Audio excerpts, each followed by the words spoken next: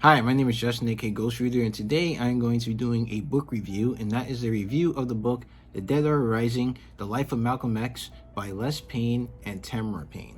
This book was published by WW Norton and Company and is actually in bookstores now. I got this book like last year, and I should have done this review a long time ago, but it hit my slump and wasn't able to finish it. I'm getting back in stride now. Yesterday, I knocked this book out. I have it as a print copy from NetGalley, so I'd like to thank them and WW Norton and Company for the chance to review this book. So I have like the ebook copy of it, and I also have the audiobook, which I basically used to finish this, and I knocked it out yesterday in about 6 hours. So this book is actually written by father and daughter duo. The father was writing the book. Unfortunately, he was a well-known journalist. He died before completing the book, so his daughter finished his work. And so, as the title says, this book is a biography of Malcolm X. And of course, many of us are familiar with his life. Some of us have read the autobiography of Malcolm X. I haven't. I know. I should. I should read it at some point. But I'm actually kind of glad that I didn't read the autobiography before I read this book. And one of the things I liked about this book is that it essentially adds to and also corrects some of the stuff that is in the autobiography that Malcolm X writes, because the autobiography, of course, there's bias because it's written by the person who's lived it. So it's a little biased. It's from like their point of view. This book kind of it's a biography, so you get like the whole view. So he interviews different people who were there at some of these events. So some names are corrected, some dates are made clearer, and or given some more context than or would be given in the autobiography.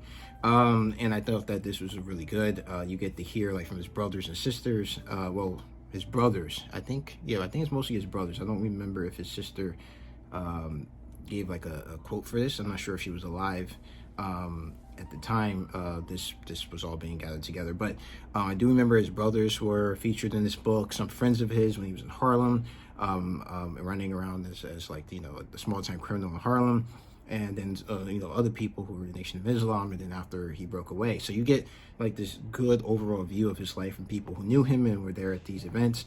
And I think one of the best things that I liked about this book is that he went really deeply into the things that influenced Malcolm X. So like you get like a good 2 chapters on his parents and like their beliefs, and how like you can kind of see the roots for how it laid down how Malcolm would react later on in his life. And I learned a lot about his parents because I only knew very little from what I had seen in the movie, the Spike Lee movie Malcolm X, and got a wealth of information about his parents here.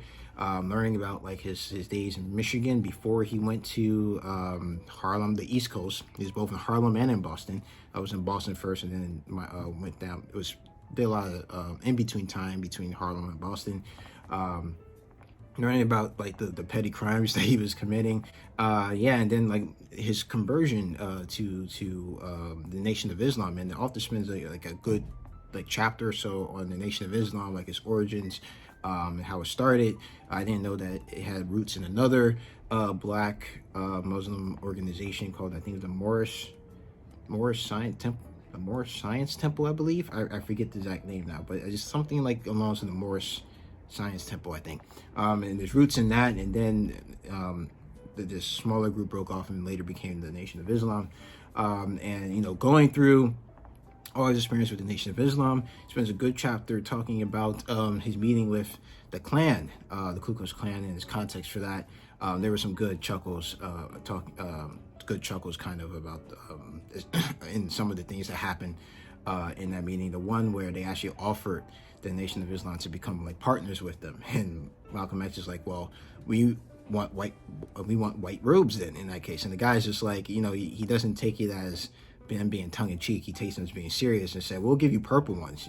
You can take the purple ones. We can't give you white ones, but we can give you purple ones. And I just thought that was kind of funny. But explaining the context behind that, and how like that meeting which Elijah Muhammad was the leader of the Nation of Islam, kind of sent him to do. This, the author says, is becomes one of the things that accelerated the break between him and Elijah Muhammad later on when he leaves the Nation of Islam.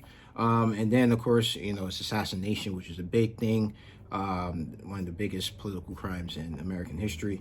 And so he delves into that and the events surrounding that, the conspiracy surrounding that. And so you get really good coverage, him and his daughter, Les Payne and Tamara Payne. You get really good look at Malcolm X's life, not only through his eyes, because he's quoted throughout the book, of course, but also from the eyes of those who knew him and worked with him, and his family. And so I thought this was just a really overall great biography.